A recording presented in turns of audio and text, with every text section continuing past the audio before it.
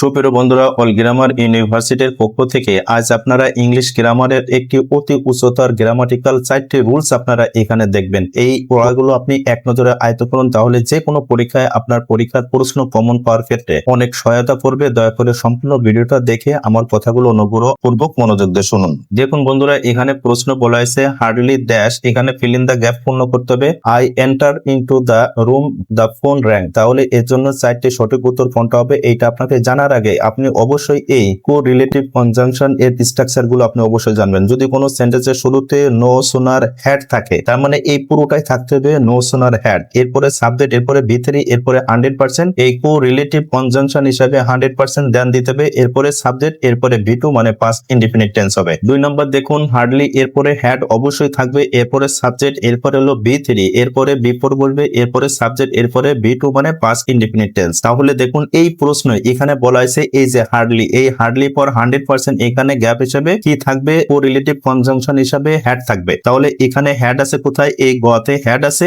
আবার এই খতে হ্যাড আছে, কিন্তু এরপরে বলা হয়েছে 100% কি থাকতে হবে, এই যে বলা হয়েছে বিফোর, তাহলে বিফোর এখানে নাই, তার মানে এই গ ভুল, এর সঠিক উত্তর হবে এই খ, এই হ্যাড এবং বিফোর। আশা করি এটা ইজি ভাবে আপনারা এই প্রশ্নের উত্তরটা বুঝতে পারছেন। 3 নম্বরে দেখুন এই স্কারলি, এরপরে হ্যাড থাকবে, এরপরে সাবজেক্ট, এরপরে ভি3, এরপরে হোয়েন বসবে এবং এরপরে সাবজেক্ট, এরপরে পাস্ট ভি2, তার মানে পাস্ট ইনডিফিনিট টেন্স। 4 নম্বর দেখুন বেয়ারলি, এরপরে হ্যাড থাকবে, এরপরে সাবজেক্ট, এরপরে ভি3, তারপরে হোয়েন থাকবে, এরপরে সাবজেক্ট, এরপরে ভি2 মানে পাস্ট ইনডিফিনিট টেন্স। তাহলে আপনারা অবশ্যই মনে রাখবেন নো সোনার এরপরে হ্যাড থাকবে, হার্ডলি এরপরে হ্যাড থাকবে, স্কারলি এরপরে হ্যাড থাকবে এবং বেয়ারলি এরপরে হ্যাড থাকবে। আর এরপরে কো-রিলেটিভ কনজাংশন হিসেবে নো সোনার হ্যাড থাকলে এরপরে দেন বসে, হার্ডলি হ্যাড থাকলে বিফোর বসবে এবং স্কারলি হলে হোয়েন বলবে এবং বেয়ারলি হ্যাড থাকলে হোয়েন বলবে। তাহলে বন্ধুরা এই প্রশ্নের আলোকে আপনারা এই 3টা প্রশ্ন আরেকবার এক নজরে দেখুন, এগুলো ইজি ভাবে আয়ত্ত করে নেবেন। আর দয়া করে বন্ধুরা অবশ্যই এই জ্ঞানমূলক ভিডিওটা আপনি শেয়ার করে দিবেন। আর আমাদের ইউটিউব এবং ফেসবুক পেজ থাকলে দয়া করে আমাদের সাথেই থাকবেন। আপনাকে অসংখ্য ধন্যবাদ।